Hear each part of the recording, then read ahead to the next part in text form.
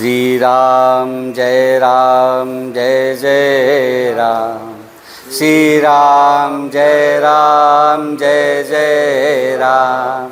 श्री राम जय जय राम। हमारे राष्ट्रीय चाचा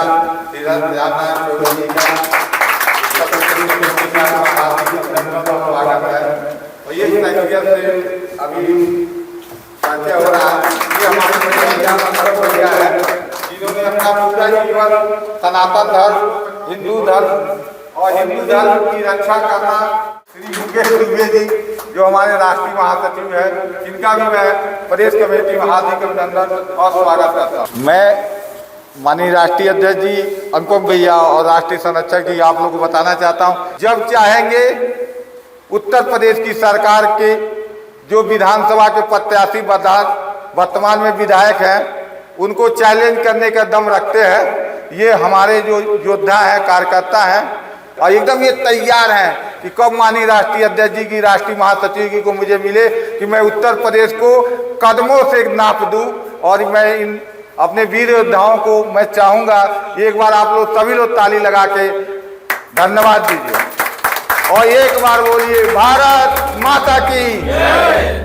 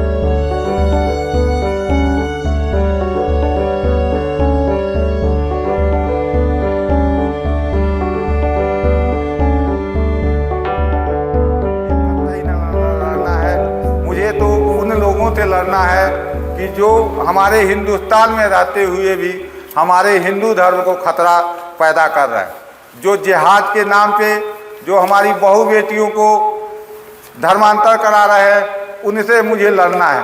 मुझे सभी जाति धर्म को एक माले में पिरो के इन जो हमारे देश में रहते हुए अभी तक के हिंदुस्तान की सभ्यता और संस्कृति नहीं गा पाए, उनसे लड़ना है। जो हमारी हर सुविधाओं को लाभ उठाते हैं, पाकिस्तान का नारा लगाते हैं, उनसे मुझे लड़ना है। छांगुर बाबा देख लिए, अभी मैं कुशीनगर का रहने वाला हूँ राष्ट्रीय अध्यक्ष जी। हाटा विधानसभा में मेरे यहाँ सांसद, पूरा विधानसभा सारे विधायक भाजपा के हैं। 13 साल की लड़की की एक आंख निकाल के और 7-8 लड़कों ने उसके साथ दुराचार किया और 7-8 लड़के क्या कहता है, वहाँ के कप्तान भी सौभाग्य से पांडे जी हैं, मिश्रा जी हैं और सांसद दुबे जी हैं और सारे विधायक बीजेपी के हैं। जो बीजेपी बार बार कहती है कि मैं सनातन धर्म की रक्षा करता हूँ और ढेर सारी अपनी राम राज की बात करते हैं। तो ये मेरे खुद के मेरे जिले थे, अभी तक वो मुलजिम नहीं पकड़े गए। 1 हफ्ता का समय हो गया, पकड़े गए वही 2-4 जो लग्गू भग्गू उनके नात रिश्तेदार हैं कि आप उनको लेकर आइए, ये सारी चीज़ें। उत्तर प्रदेश के किसी भी जनपद को उठा के देख लीजिए, जनपद की बात छोड़ दीजिए, थाना लेवल पे बता दूं कि ऐसा कोई जगह नहीं है कि जहां पर डे सुनने को आता है कि भैया जिहाद सिर्फ हिंदू लड़कियों का, चाहे दलित की लड़की हो, चाहे पिछड़ी जात का यादव की लड़की हो, चाहे आपका वर्मा की लड़की हो, चाहे ठाकुर साहब की लड़की हो, या ब्राह्मण की लड़की हो, या कायत की लड़की हो, या ब्राह्मण ये बनिया की लड़की हो, उनका एक ही मुद्दा है कि हम धर्मांतर करेंगे। अभी छोटी सी बात देखिए, 1,500 करोड़ का मालिक छांगुर बाबा, अगली बैठक में मैंने बताया था, तो उनका एक मोटो है कि हम हिंदुस्तान की सभ्यता और संस्कृति को क्या कहता है छेड़छाड़ करें। तो इस मोटो को आप लोगों को रोकना है। आम जनता जान गई है, बिजली की समस्या देख लीजिए, यूरिया की समस्या देख लीजिए, फीस की समस्या देख लीजिए, शिक्षा के नाम पे क्या कहते हैं विद्यालय बंद किए जा रहे हैं, तो उनको 2027 में उनके ही बातों पे जनता उनको जवाब देगी। जो आज का मीटिंग का पर्पज़, या हम लोग कंटिन्यूस जो मीटिंग कर रहे हैं आपस में, एक चिंगारी के रूप में हम लोग निकले हुए हैं, ठीक है ना। सर्वजन हित पार्टी एक चिंगारी है, और ये चिंगारी कब ज्वाला बन करके सामने निकलेगी, आप लोग के सहयोग से वो बहुत कम समय बचा हुआ है, जिस समय सभी आप लोग अपने अपने क्षेत्र में अपने अपने दिशा में निकल करके और एक बड़े रूप में, एक ज्वाला के रूप में हम लोग प्रकट होंगे, जो पूरा देश प्रदेश सब लोग देखेगा। बस समय की बात है, सभी लोग ऐसे ही संगठित होकर के हम लोग अपना अपना प्रयास करते रहें। इस पार्टी का बेसिक पर्पज़ ये है कि यहाँ पर हम सभी लोग, किसी जात बिरादरी से मतलब नहीं है, न किसी से मतलब है हम लोग को, सभी लोग एक साथ मिल करके एक साथ समभाव, समरसता, समरूपता के साथ में लग करके इसके संगठन को आगे बढ़ाया जाए, और समय आने पर हर चीज़, हर सुविधा, हर लाभ सबको दिया जाएगा। जय हिंद, जय भारत। कार्यकर्ता बंधुओं, मेरे साथियों, और मैं धन्यवाद देना चाहता हूं भाई श्री राम जी को, जिन्होंने मुझे आमंत्रित किया है। अभी श्री राम जी एक चुटकुला सुना रहे थे, तो मेरे दिमाग में आया हम एक चुटकुला सुना दें। तो एक गांव में एक कथा चल रही थी, तो उसमें क्या हुआ, पंडित जी बोले कथा में कि इस गांव में सब लोग हैं, एक ना एक दिन मर जाएंगे। तो एक आदमी हंसने लगा, बात समझ रहे दीपक भाई। तो उन्होंने कहा इस गांव में जितने लोग बैठे हैं, सभा में सुन रहे हैं, सब एक ना एक दिन मर जाएंगे। तो हंसने लगा, तो उसने पूछा, पंडित जी पूछा तुम क्यों हंस रहे हो? उसने बताया हम इस गांव के हैं ही नहीं। बात नहीं समझ रहे, उसने हम इस गांव के हैं ही नहीं। तो उन्होंने पंडित जी उठाया तबला, उसके फेंक के मारा। ये कहना था कि जो दुनिया में आएगा वो जाएगा, ये नहीं था आप गांव के समझे, गांव के सुन रहे होंगे। बात बताना चाहता हूँ, बात का हंसी की है, और बात ये बताना चाहता हूँ, देश स्थिति बहुत खराब है। जिससे कहीं कोई घटना हो जाती है, उन्हें बलाने जगह हो गई, तो हम ये सोचते मेरा नहीं होगी, क्योंकि इस हमें मतलब ही नहीं है। अगर लखनऊ में घटना हो रही है तो हमें कोई मतलब नहीं है, हम नहीं मरेंगे, यही स्थिति है। हम हंसते हैं, हम जानते नहीं मेरा नंबर है, मरना हमें भी है। जिससे कि अफगानिस्तान में हिंदू था, मरा, तो अगर हम मतलब ही नहीं, हम अफगानिस्तान के है ही नहीं। लेकिन जब कश्मीर में आया, जब कश्मीर का हिंदू हंस रहा था कि अफगानिस्तान का मरा है, हम थोड़ी मरेंगे, अफगानिस्तान का मरा है। जब कश्मीर का मरा हिंदू, तो उसे समझ में आया, तो इधर का हिंदू हंस रहा है दिल्ली का कि ये मरा, हम थोड़ी मर रहे हैं, ये हंस रहे हैं हम लोग, सब लोग, और नंबर सबका आएगा। बात समझ रहे हैं। मैं आदरणीय अध्यक्ष जी का बहुत बहुत धन्यवाद देता हूं, जो उन्होंने ऐसा बीड़ा उठाया है कि हम लोग को जाना है लोगों के बीच में, लोगों को बताना है। और भैया मृत्युंजय भैया, मुकेश भैया, 70% लोगों को मालूम ही नहीं समस्या क्या है, उन्हें मालूम ही नहीं है। आप मुसलमान से पूछो तो कहते हैं मैं इस्लाम को मानने वाला हूँ, अल्लाह को मानता हूँ। ईसाई से पूछे कोई, ईसाई को मानता हूँ, ईसा मसीह को मानता हूँ, ईसाई धर्म को फॉलो करता हूँ। आप जब हिंदू से पूछें क्या कहें, मैं कभी कभी मंदिर जाता हूँ, वो इसे लगेगा कि कोई छू दिया किसी ने, बताए अरे कभी यार मेरा पढ़ दे यार, मम्मी मानती नहीं, माता जी मानती नहीं, जबरदस्ती कथा करा दी, उसमें बैठना पड़ गया। मैं कहानी सुनाना चाहता हूँ छोटी सी। एक महाशय थे, उन्हें एक अजगर पाला, अजगर को लेके गए डॉक्टर साहब के पास, बड़े परेशान, बोले कि डॉक्टर साहब मेरा अजगर बहुत बीमार है, परेशान है। तो डॉक्टर साहब पूछा बीमार है, कुछ खाता पीता नहीं? बोले नहीं। कुछ नहीं खा रहा? बोले नहीं। बोले सुस्त रहता, उदास रहता? ना उदास रहता। बोले तुम्हारे पास आके लेटता है? बोला हाँ लेटता है। बोला हमें बहुत दया आती है, लेटता है, बीमार है। बोला तुम्हें कभी लंबे लंबे लेटा पकड़े तुम्हारे? बोला हाँ लेटा है। बोला बीमार नहीं है, वो तुम्हारा कद नाप रहा है, बीमार नहीं है ना, उसे कोई दिक्कत है, वो कद नाप रहा है, वो देख रहा है जो तुम्हारे बराबर कद हो जाएगा तुम्हें निगल पाएगा, तभी तक का इंतजार कर रहा है। वो नापता है कद। वो छोटा सा क्या करेगा, पहले सड़क पे एक आदमी नमाज पढ़ेगा, उसके घर में जगह है वहाँ नहीं पढ़ेगा, रोड पे आके पढ़ेगा, फिर दूसरा आदमी पढ़ेगा। वो आपका वो क्या करता है, नापता है आपको खाली, आप उससे नहीं बोले, नहीं समझ रहे। जैसे आप कुछ मारेगा तो एक को मारेगा, नहीं बता रहे पांडे जी, तिवारी जी और वर्मा जी, तो जिसे मार रहा है। इस समय क्या स्थिति है, लोग विरोध क्यों कर रहे हैं ब्राह्मणों का, मालूम है आपको? नहीं पता है। हाँ एक मैकाले आया था, लॉर्ड मैकाले, इसे बुलाया गया, अंग्रेज ब्रिटेन से आया। तो उसने क्या किया, उसने मैक्स मुलर को बुला लिया जर्मनी से। तो उन्होंने क्या बताया कि ब्राह्मण ये सब दोषी हैं, उन्होंने जितनी जाति उन्होंने दोषी बता दिया कि ठाकुर यही दोषी है, क्योंकि उन्हें बताने का मकसद ये था इन्हें अलग कर दो इनसे। मैकाले से पहले मैकाले से पहले कोई समाज सुधारक बता दो। अम्बेडकर की पैदाइश मैकाले के बाद की है।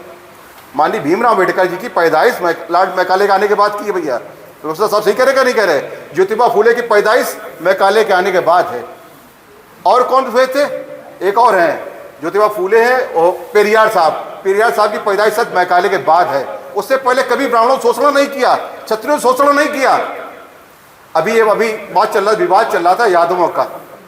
बोल रहे थे कि छत्र यादव, एक बात हमसे अखिलेश यादव मेरे मित्र भी रहे हैं, वे पूछते हैं, हमसे पूछा नहीं, ब्राह्मण हमसे पूछिए कि कौन बिरादरी के हैं। ये बताते हैं कि 4 जातियां, ब्राह्मण, क्षत्रिय, वैश्य, शूद्र। ब्राह्मण आप है नहीं, वैश्य है नहीं, शूद्र आप है नहीं, तो बचे क्या? हमसे बहस करते हुए ग्रुप प्ले चलता है, अनुपम वाजपेयी नव हिंदू सभा राष्ट्रीय अध्यक्ष, उसमें बहस करने लगे, बोले ब्राह्मणों ने ये कर दिया, उन्होंने ये कर दिया, जातवाद फैला दिया। हमने बताओ यार, ओबीसी किसने कहा? कौन से वेद में लिखा ओबीसी? बोले उनकी नाजायज औलाद होंगे, तो तुम भी तो नाजायज औलाद अंग्रेजों की हो। ओबीसी तो अंग्रेजों ने कहा तुमसे। आप कोई वेद उठा के देख लीजिए, किसी में कहा हो। जब हमने तुम ओबीसी हो, पिछड़े हो नहीं, हमने तुम्हें माना नहीं, वहाँ शोषण किसने किया? शासन मुसलमान कर रहे थे, शोषण हम लोग कर रहे थे। इसकी परिस्थिति खराब है। एक इनका सोचना भैया, आपका गीता है, गीता में भगवान श्री कृष्ण ने कहा, उपदेश दिया, अर्जुन को समझाया भैया गीता में, उन्होंने बताया कि ये ऐसा करना चाहिए। उन्होंने ये नहीं कहा तुम नहीं करो तो मार देंगे। उससे कहा सरकार आएगी, हमें न्याय दिलाएगी, हमारा शोषण बंद हो जाएगा। क्या हुआ? उन्होंने कहा सबका साथ सबका विकास। और हमें हमारे साथ क्या हुआ? विश्वासघात हो गया। भाई विश्वास हमारे होना चाहिए, भाई वोट हम दे रहे हैं, तुमने हमारे साथ क्या किया? विश्वासघात कर दिया। इसीलिए सोशलिस्ट पार्टी के साथ कर रहे हैं लोग बात, इसीलिए हमें जाना है। अब हमें धोखा दे चुके हैं। क्या हम जिन बातों को लेकर आए थे, उत्तर प्रदेश के अंदर 75 जिले हैं, आप बुलडोजर चला रहे हैं, क्या गैंगरेप बंद हुआ? बहनों के साथ गैंगरेप होता है, नहीं बंद हो रहा है। उनका शोषण बंद नहीं हो रहा है। उनकी फोटो होती जो ब्लैकमेल करते, ब्लैकमेलिंग बंद नहीं हुई है। धर्मांतरण बंद नहीं हुआ है। लोगों की जमीनें घेरना बंद नहीं हुआ है। लव जिहाद, लैंड जिहाद चरम पर है। और हम कहते हैं कि हम भाजपा सरकार में हैं। ऐसी सरकार जो सबको ठीक कर रही है। योगी मॉडल चल रहा है, मोदी मॉडल चल रहा है, और लोग परेशान हैं। उत्तर प्रदेश के 75 जिले में कोई जिला ऐसा नहीं है जहां कोई न कोई बहन या बेटी भगाई नहीं गई है, जो गायब नहीं है। आप बता दीजिए, आप झांके के अपने जिले में देख लीजिए, सब लोग आप लोग बैठे जिस जिले में, आपको 2-4 ऐसी लड़कियां मिल जाएंगी या बहनें मिल जाएंगी। आप झांक के देखिएगा, पता कर लीजिएगा। अगर आप नहीं जान पा रहे हैं तो इसका मतलब आपको दुनियादारी से कटे हुए हैं। आपकी वही स्थिति है अजगर वाली, और वही स्थिति है जो हमने शुरू में बताई थी कि हमें क्या मतलब, ये मरेंगे सब लोग। बात नहीं समझ रहे हम, स्थिति परिवर्तित नहीं हुई। अब इसलिए हमें फिर बनाना पड़ा, सर्वजन पार्टी को पकड़ना पड़ेगा, इससे उसे बढ़ाना पड़ेगा, क्योंकि हमें आगे वाली स्थिति बहुत खराब है। आप खड़े होइए। आपको लगता है भाजपा ठीक है तो ठीक है। अगर आपको लग रहा है भाजपा वो चीज़ नहीं कर रही है, बात नहीं, आप डॉक्टर के पास जाते, उपचार नहीं कर पा रहा, आप कैंसर का इलाज करा रहे हैं, डॉक्टर नहीं कर पा रहा, या कोई बीमारी है, बुखार है, आपको इलाज नहीं हो पा रहा है, 1 दिन, 15 दिन, 20 दिन, महीने, 2 महीने, आप डॉक्टर बदलिए। बात नहीं समझ रहे। अब बीमारी ठीक नहीं हो रही है, भाजपा बीमारी नहीं ठीक कर रही है, अब क्या करना है? दूसरा डॉक्टर पकड़े, शायद हो सकता है ठीक हो जाए। वहां तो ठीक नहीं हो रहे, ये तो कन्फर्म हो चुका है। 14 से लेके वो 27 आ चुका है, जब वो 26 हो गया, 12 साल में तो ठीक हुए नहीं, क्योंकि सबका साथ सबका विकास कम है। जब गंगा जी, अभी आपने देखा कितनी बाढ़ आ रही जगह जगह, तो गंगा जी स्टार्ट होती, शुरुआत होती तो कहाँ कितनी छोटी होती है। गंगोत्री में कभी जाएंगे यार तो लगेगा ये कुछ नहीं कर पाएगी गंगा जी। और जब आप यहाँ देखिए, उन्हें फलाने जिले में बाढ़ आ गई, जिस दिखाने जिले में बाढ़ आ गई, स्थिति बहुत खराब हुई। गंगा जी ने की कि नहीं की? आपकी ताकत को पहचानिए, आप शुरुआत तो करिए। पीपल का पेड़ जो छोटा होता है उसे बकरी खाती है, खत्म हो जाता है। जब बड़ा हो जाता है तो उसे हाथी भी नहीं खा पाता है। तो स्थिति है, आपको पहले निश्चय करना होगा, आपको पहले समझ ली बीमारी है क्या, उसमें हम क्या भागीदारी कर सकते हैं। आप किसी भी किसी प्रकार से, या तो सीधे प्रत्यक्ष रूप से या अप्रत्यक्ष रूप से इसमें भागीदारी कीजिए। आप अपनी मदद करेंगे। अगर आपके बगल में पड़ोसी में अगर कोई हिंदू पिट रहा है तो आप अपनी मदद उसे बचाएंगे, साथ खड़े होंगे। सबसे बड़ी समस्या हम बहुसंख्यक हैं। आप ये सब बात देखते हो कि भैया, आप ये बात देखते, सब लोग कहते हैं जितने संगठन है हिंदू रक्षा की बात कर रहे हैं। इतने शर्म की बात है, दुनिया का ऐसा बहुसंख्यक देश है जिसमें बहुसंख्यक है अपनी रक्षा की बात करते हैं। और 500 1000 के संगठन बनाए बैठे हैं और बात सिर्फ रक्षा की हो रही है। मैं ज़्यादा बात नहीं करूँगा, बात को समाप्त करूँगा। 2 बातें, एक बात दुष्यंत कुमार शेर है वो पढ़ दूंगा मैं। दुष्यंत कुमार जी ने कही थी क्या बोलेंगे, सिर्फ हंगामा खड़ा करना मेरा मकसद नहीं, सिर्फ हंगामा खड़ा करना मेरा मकसद नहीं, मेरी कोशिश से सूरत बदलनी चाहिए। ये दुष्यंत कुमार जी का शेर है। उसमें एक और शेर उन्होंने कहा है, उसी किताब में ही है, पक गई आदतें, पक गई आदतें बातों से सर होंगी नहीं, पक गई आदतें, जो आदतें हैं पक गई हैं, पक गई आदतें बातों से सर होंगी नहीं, कोई हंगामा करो ऐसे गुजर होगी नहीं। जय हिंद, भारत माता की जय। जय श्री राम। जय श्री राम। भारत माता के, भारत माता के, भारत माता के, वंदे वंदे वंदे। बहुत बहुत धन्यवाद।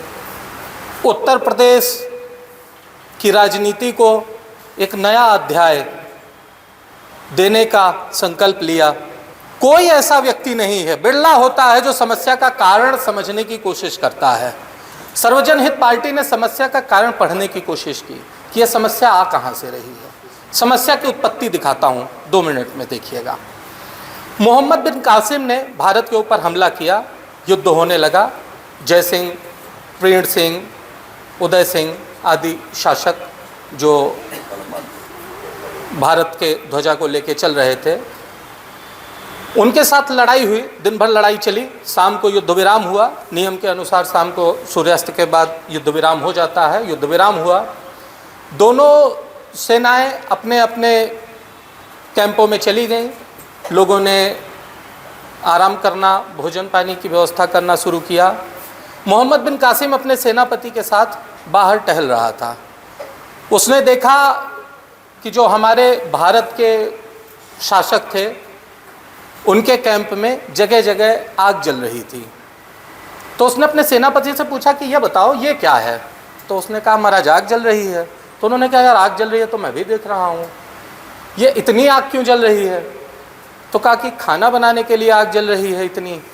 तो उन्होंने कहा ठीक है खाना बनाने के लिए आग जल रही है, लेकिन ये जगह जगह खाना बनाने के लिए आग क्यों जल रही है।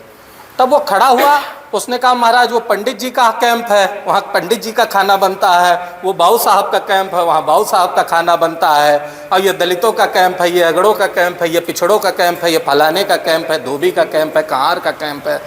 मोहम्मद बिन कासिम बहुत तेज हंसा, ठहाका लगा के कहा चलो सेनापति अब चैन की नींद सो जाते हैं, भारत को फतह करने का फार्मूला हमको यहीं से मिल गया। ये वो बात थी, उस दिन की बात थी। और दुर्भाग्य देख लीजिए, आज 400 साल 450 साल बीत जाने के बाद भी हमको समझ नहीं आया है कि वो आग अलग अलग जो जल रही है वो हमारे आपके घर को, हमारे समाज को, हमारे बच्चों के भविष्य को सबको जला के नष्ट किए डाल रही है। किसी ने नहीं सोचा उसको। सर्वजन हित पार्टी उस समस्या को पकड़ी, उस समस्या के समाधान के लिए उतरी और सिर्फ एक संकल्प लेके कि हम सर्वजन को एक साथ लेके चलेंगे। वर्तमान सरकार कहने के लिए, जैसे भारतीय जनता पार्टी की सरकार आई, भारतीय जनता पार्टी की सरकार ने कहा कि हम तो हिंदू मुस्लिम करेंगे, हिंदुओं के लिए काम करेंगे। सत्ता में आए, प्रलोभित करके सत्ता में पहुंचे, फिर सत्ता में पहुंचने के बाद अपने ही लोगों को कि भैया तुम्हारी ये चीज़ है, तुम्हारी ये चीज़ है, तुम इस फार्मूले में आते हो, तुम उस फार्मूले में आते हो, और तुम्हारे लिए हमको ये करना है, तुम्हारे लिए वो करना है। अरे वोटर तो एक ही होता है, क्या पिछड़ा वोटर एक बार में 3 बटन दबाता है और सामान्य वोटर एक बार में एक ही बटन दबा के आता है? दुर्भाग्यपूर्ण बात है, लेकिन इस पर भी ध्यान देने की बात है। अभी दिल्ली में भारतीय जनता पार्टी ने आम आदमी पार्टी को हराया और स्पष्ट बहुमत में आई। दूरी कहां से उत्पन्न हो रही है, गैप कहां से हो रहा है, इसको समझने वाली बात है। भारतीय जनता पार्टी, रेखा जी की सरकार दिल्ली में बन गई। उन्होंने एक घोषणा की कि प्रदेश के जितने पिछड़े, जितने दलित और जितने अल्पसंख्यक समाज के समुदाय के बच्चे हैं, उनको सबको निःशुल्क शिक्षा दी जाएगी। अरे भाई, सामान्य ने तुम्हें वोट नहीं दिया? हम कहते हैं ब्राह्मण को छोड़ दो थोड़ी देर के लिए, सामान्य में और भी तो लोग आते हैं। क्या 34% सामान्य ने तुम्हें वोट नहीं दिया? क्या सामान्य वर्ग में ब्राह्मण, क्षत्रिय या बनिया बिरादरी या कायस्थ समाज में काम करने वाला एक गरीब आदमी वो इस पाप का जिम्मेदार है कि उसको सामान्य कहा जाता है? क्या उसके बच्चे को तुम्हारी सुविधा लेने का अधिकार नहीं है? क्या तुम्हारी चीजों में वो नहीं आ रहा है? यही मूल कारण है जो हमको समाज में तोड़ने की कोशिश कर रहा है। हम कहते हैं कि हाँ, हम नहीं आगे जाएंगे, लेकिन तुम आगे चल के खड़ा कर देते हो कि नहीं, तुम तो अगड़े हो, फलाने पिछड़े हैं, फलाने दलित हैं, फलाने ये हैं, फलाने वो हैं। तो हमको सबसे पहले समाज के अंदर इस दूरी को, इस रेखा को खत्म कर देना है। यकीन मानिए, जिस दिन हमने समाज के अंदर किसी वर्ग विशेष को किसी विशेष अधिकार से अलग करके एक लाइन में लाके खड़ा कर दिया, यह हमारा जो समाज में टूट फूट और एक दूसरे से लड़ने का जो भी कुछ मामला है, ये सब समाप्त हो जाएगा। लेकिन सरकार ये नहीं करना चाहती है। सरकार में बैठे हुए जो सरकार के मुखिया हैं, उनको लगता है कहीं ना कहीं कि हम इसी रोटी को सेक के तब अपना परिवार चलाएंगे। वही और दुर्भाग्य देखिए कि हम वोटर हैं। हम वोटर क्या हैं, हम क्या हैं, ये हम क्या कहें अपने मुंह से। हम सुनते हैं, समझते हैं, लेकिन फिर भूल जाते हैं। वही सरकार जो एक नारा, बहुत प्रचलित नारा भैया था, याद होगा सभी को, तिलक तराजू और तलवार इनको मारो जूता चार। हाँ, वही सरकार एक बार अपना स्टेटमेंट बदल देती है और बस तराजू भी झुक जाता है, तिलक भी मिट जाता है और तलवार पता नहीं कहाँ चली गई। अब वो सत्ता में पहुंच गए, फिर शोषित किया। हर बार बार बार हम शोषित होते चले जा रहे हैं और फिर भी हम लाइन में खड़े हैं। बेटी बचाओ, बेटी पढ़ाओ, और बेटी पढ़ाओ, बेटी को विद्यालय भेज दो, और 4 साल की बेटी के साथ वैन वाला रेप कर दे रहा है। यही उत्तर प्रदेश की योगी की सरकार है। यह बहुत विडंबना वाली बात है, सोचने वाली बात है। लेकिन एक शब्द इन सारे प्रश्नों को उड़ा देता है, जाके पांव ना फटी बेवाई, ऊ का जाने पीर पर आई। बस सीधी सी बात है, इसके सिवा और कोई दूसरी बात नहीं है। ये उत्तर प्रदेश में और केंद्र में जो संवेदनहीन सरकार है, जिसने अपनी संवेदनाओं को बेच लिया है, चाहे वर्तमान सरकार हो चाहे पूर्ववर्ती सरकार हो, इनको अब यह सबक सिखाना है कि उत्तर प्रदेश की जनता, देश की जनता अब मूर्ख नहीं बन सकती है। विकल्प, लोग कहते थे कि हमको विकल्प चाहिए, हमको विकल्प चाहिए, हमको विकल्प चाहिए, तो विकल्प सर्वजन हित पार्टी आपके सामने आके खड़ी हो गई है। और अब विकल्प की नहीं, अब संकल्प की बात करनी है। एक संकल्प लेना है, सिर्फ एक संकल्प लेना है। अब किसी के लिए हमें काम नहीं करना है, हमें संकल्प लेना है, हमें कसम खाना है, हमें प्रतिज्ञा करना है। और यहाँ से जाने के बाद अपने बच्चे की आंख में आंख डाल के, ये हमारा निवेदन है। और जो लोग सोशल मीडिया के माध्यम से हमें सुन रहे हैं, जो लोग आगे हमको सुनेंगे, हाथ जोड़ के आपसे हमारा निवेदन है कि अपने घर में बैठे हुए उस बच्चे की आंख में आंख डाल के आपको केवल एक कसम खानी है कि इस बार 2027 के चुनाव में मैं सिर्फ उसी को वोट दूंगा, मेरा मतदान सिर्फ उसी के लिए होगा जो बेटा तुम्हारे भविष्य की रक्षा और तुम्हारे संघर्ष के लिए लड़ाई करेगा। सिर्फ इतना संकल्प ले लीजिए, हमें कुछ नहीं चाहिए, ना आपकी दौलत चाहिए, ना आपका शोहरत चाहिए, ना आपका सहयोग चाहिए, हमें कुछ नहीं चाहिए। यह हमारी लड़ाई है, हमारे बेटे की लड़ाई है, हमारे बेटी की लड़ाई है, हमारे समाज की लड़ाई है। हम इसको लड़के जीत जाएंगे। सत्ता पक्ष के लोग थे और तमाम जो सत्ता चाह रहे हैं वो लोग बैठे हुए थे। लोगों ने हमसे कहा कि दुबे जी ये क्या कर रहे हो, 20 सीट लो, चलो हम माननीय जी से मिलाते हैं, 20 सीट पाओ और झूठे अपना जीवन बर्बाद कर रहे हो, मलाई खाओ। हम उन लोगों को जो हमारे पास पहुंचे हैं इस प्रस्ताव को लेकर और जो प्रस्ताव लाने को सोच रहे हैं, उनको सबको खुले मंच से इस बात की चुनौती दे रहे हैं कि भूल जाओ, सर्वजन हित पार्टी, अगर समाज चाहेगा कि सर्वजन हित पार्टी की सारी जमानत जब्त हो जाए तो सर्वजन हित पार्टी 403 सीटों पे जमानत भी जब्त कराने को तैयार है। और अगर उत्तर प्रदेश की जनता चाहेगी कि उसकी लड़ाई उसके बच्चों के भविष्य के लिए, उसके समाज के लिए सर्वजन हित पार्टी का प्रत्येक कार्यकर्ता अपना तन मन धन लगा के और इस समाज पे न्यौछावर हो जाए, तो अगले 27 में उत्तर प्रदेश के लिए सर्वजन हित पार्टी इस कार्य के लिए भी तैयार है। हमको और कुछ नहीं चाहिए, किसी से हमको कोई बात नहीं करनी है, किसी से हमको कोई सहयोग, संगठनात्मक जुड़ाव या विलय होने जैसी कोई बातचीत नहीं करनी है हमारा। और इतना ही नहीं, फिर हम कह रहे हैं कि हम राजनीति के लिए नहीं आए हैं, सर्वजन हित पार्टी सर्वजन हित करने के लिए आई है।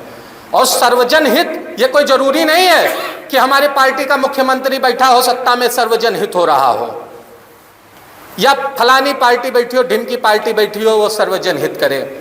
हम कहते हैं कि सत्ता में बैठे हुए माननीय मुख्यमंत्री जी, आपको अवसर दे रही है उत्तर प्रदेश की जनता, आप सर्वजन हित करना शुरू कर दीजिए। आप इसका आकलन कर लीजिए कि आपके लोग कौन हैं, अपने वोटरों को देख लीजिए, अपने वोटरों का कल्याण करना सीख लीजिए, अपने वोटरों का विकास करना सीख जाइए। आप इस समाज के निर्माण का बेड़ा उठा लीजिए। तो अभी भी देर नहीं हुई है श्रीमान, आपके पास 1.5 वर्ष का समय है।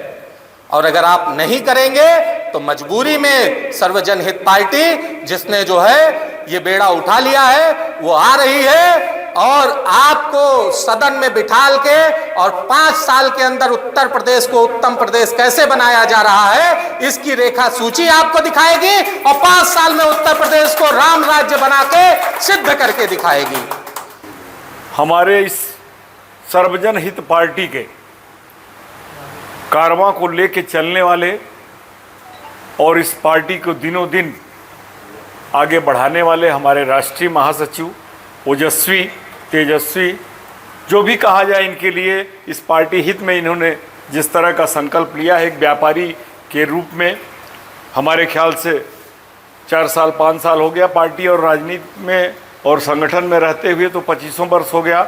मैं भी इन्हीं के तरह व्यापारी था और है भी छोटे मोटे, लेकिन हिम्मत जिस तरह का हमने शुरू किया था राजनीति में आने का, पार्टी के लोगों के साथ जुड़ने का, सब ये साहस जो हमारे मुकेश दुबे जी ने किया है, मैं इसके लिए विशेषकर इनको मैं साधुवाद देता हूँ।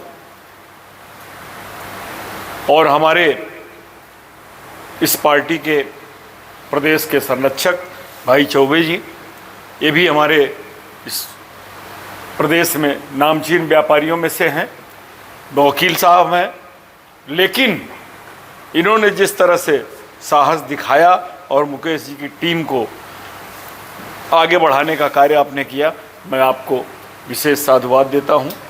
आप जैसे यहाँ सारे बुद्धिजीवी जो बैठे हुए हैं, आप लोगों को देख करके मन गदगद हो रहा है और निश्चित हमको ये लग रहा है कि हम मिशन में सफल होंगे, चूँकि आप जैसे लोग हमारी पार्टी से जुड़ रहे हैं, विद्वान लोग जुड़ रहे हैं, अच्छे से अच्छे लोग जुड़ रहे हैं, प्रोफेसर साहब हैं और सारे लोग हैं, हमारे कृषि विभाग के बड़े अधिकारी हैं। अब लग रहा है कि पार्टी हमारी आगे बढ़ेगी और निश्चित पार्टी को सफलता मिलेगी।